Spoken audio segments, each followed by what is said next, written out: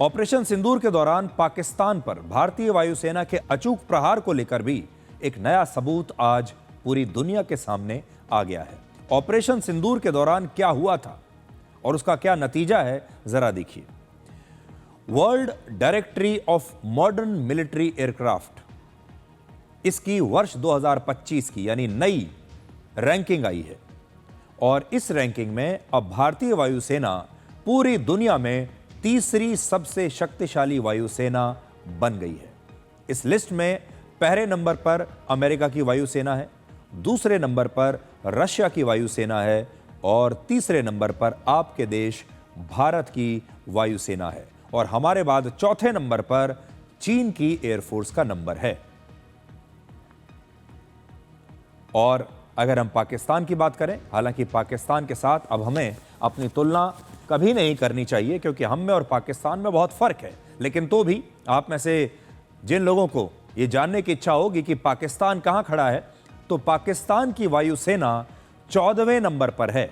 तो यहां आप देख लीजिए, भारत की वायुसेना तीसरे नंबर पर है पूरी दुनिया में और पाकिस्तान की वायुसेना 14वें नंबर पर है। चीन की वायुसेना भी हमसे पीछे है।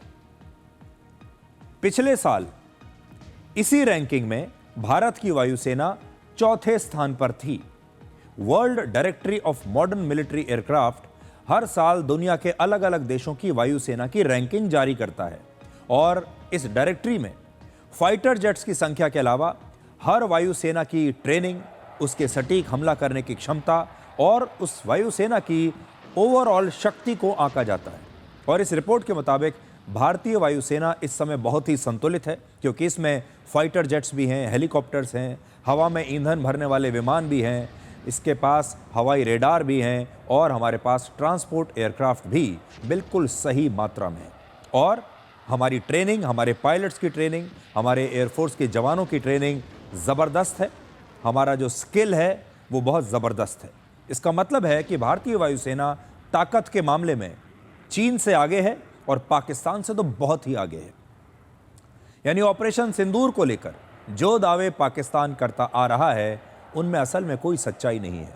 अब सोचिए, पाकिस्तान जो अपनी झूठी जीत के दावे करता है, अगर वो दावे सच होते तो आज हमारी एयरफोर्स की रैंकिंग नंबर 4 से नंबर 3 ना होती। भारतीय वायुसेना की रैंकिंग असल में बहुत मायने रखती है क्योंकि आजकल हर युद्ध में वायुसेना की ताकत से ही जीत और हार का फैसला होता है।